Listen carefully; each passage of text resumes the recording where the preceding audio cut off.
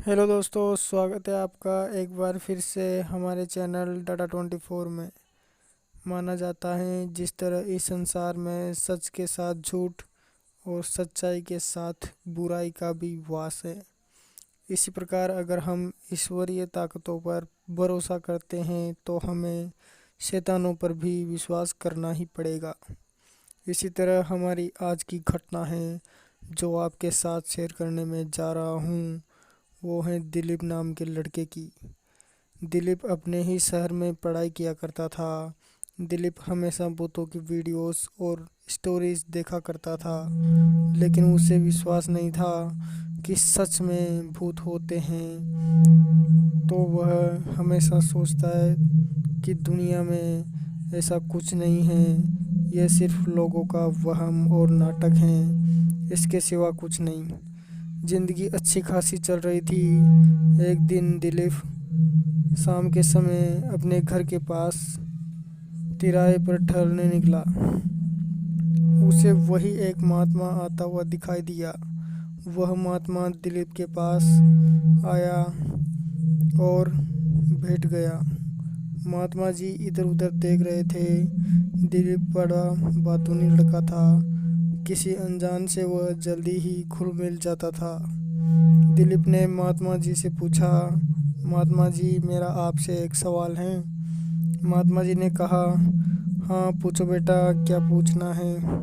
दिलीप ने कहा, बाबा मेरा मानना है कि इस संसार में भूत आत्माएं कुछ नहीं होती और लोग बेकार ही एक दूसरे को बोध कराते हैं कि भूत होते हैं, आत्माएं होती हैं, वह इंसानों को मार देती हैं, शरीर में प्रवेश कर जाती हैं। फिर महात्मा जी बोले, बच्चा ऐसा भले ही तुमको महसूस नहीं हुआ होगा, लेकिन ऐसा कुछ नहीं है जो तुम कह रहे हो, आत्माएं सच में होती हैं। फिर दिलीप बोला, अच्छा बाबा, मुझे आत्मा को देखना है।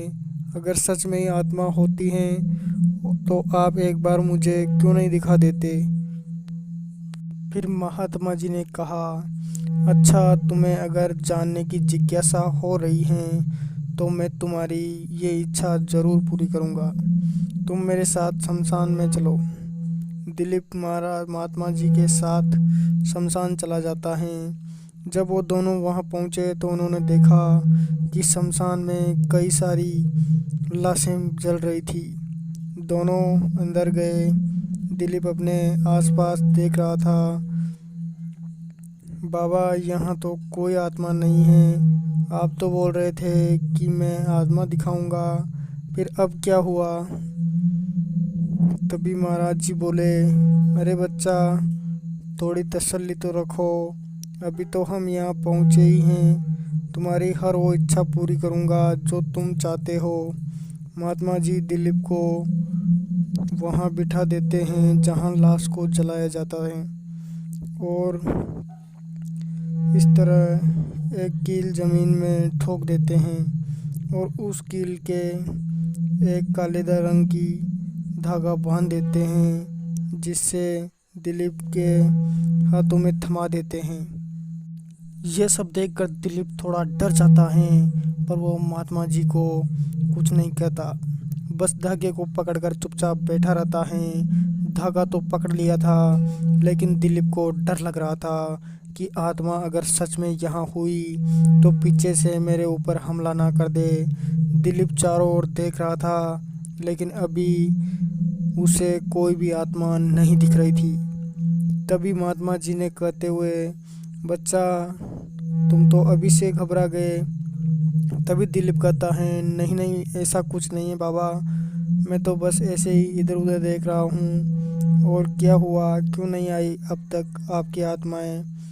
फिर महात्मा जी कहते हैं, अरे बच्चा थोड़ा शांत रहो, मुझे काम तो पूरा करने दो। और वह महात्मा अपनी झोली से कुछ धूल के जैसे कण उस धागे के नीचे बिछा देता है और दिलीप से कहते हैं, सावधान, तुम्हें किसी भी स्थिति में इस धागे को नहीं छोड़ना। अगर तुम इस धागे को मेरे कहने से पूर्व ही छोड़ देते हो तो तुम्हारे साथ वो आत्माएं कुछ भी कर सकती हैं। दिलीप ने यह सुनकर धागा बिल्कुल ठीक से पकड़ लिया और महात्मा जी दिलीप के सामने बैठकर कुछ मंत्र बोलने लगे। थोड़ी देर मंत्र बोलने के बाद जैसे ही एक एक आत्माएं वहां आने लगी और उस महात्मा जी के द्वारा डाले रखे हुए प्रसाद को खाने लगी, और इस तरह वहाँ कई सारी आत्माएं इकट्ठा हो गई और कुत्तों की तरह लड़ लड़ कर उस प्रसाद को खाने लगी।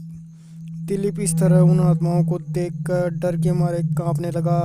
तभी दिलीप ने अपने ही मोहल्ले की एक औरत को, जो 10-15 दिन पहले मर चुकी थी, वहाँ उसे प्रसाद खाते हुए देखा।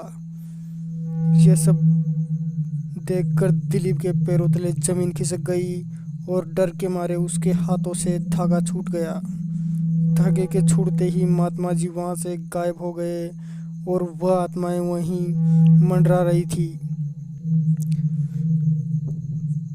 दिलीप उनके बीच में जल्दी से निकलना चाहता था और अपने घर की ओर दौड़ने लगा। तभी उन कई सारी आत्माओं ने दिलीप के आवाज़ लगाई, दिलीप अरे कहाँ जा रहे हो, ज़रा वापस तो आओ। और दिलीप अपने घर पर पहुंच जाता है। घर पहुंचकर दिलीप घर पे सारी बात बताता है, उसके साथ जो हुआ था, और फिर दिलीप सो जाता है।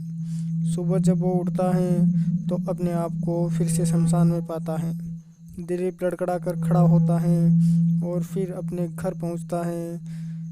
बस तभी से दिलीप की दिमागी हालत ख़राब हो गई।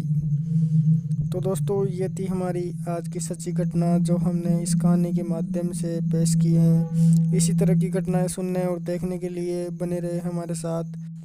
हम जल्द लौटेंगे एक और नई कहानी के साथ। तब तक के लिए बाय, टेक केयर दोस्तों, अपना ख्याल रखें।